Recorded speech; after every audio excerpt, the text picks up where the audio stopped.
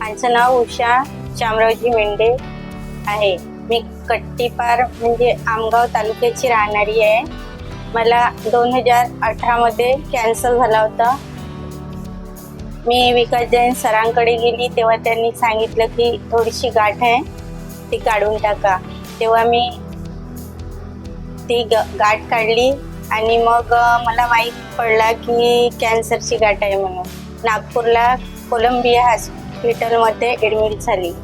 तेव्हा सरांनी पण मला खूप समजावलं. मी खूप रडत होती कारण की छोटे छोटे माझी मुलं होते, त्यांच्याकडे पाहून खूप रडायची. पण नंतर मला ऑपरेट वगैरे केला सरांनी, तेव्हा मग थोडा बरा वाटायला लागला आणि मी आता रेग्युलर चेकअपसाठी नेहमी येत राहते. आधी सरांनी मला एक महिन्यानी बोलवला, त्याच्यानंतर आता दोनदा आता सांगितलं की आता तुम्हाला 6 महिन्यांनी यायचं आहे. आणि कॅन्सरची किमोथेरपी पण मी केली. कॅन्सर म्हणजे एक आपल्याला वाटते थोडा की काही घाबरण्यालायक आहे, पण किमोथेरपी वगैरे केल्यावर ते निघून जाते आणि भीती करण्याची काही गोष्ट नाही.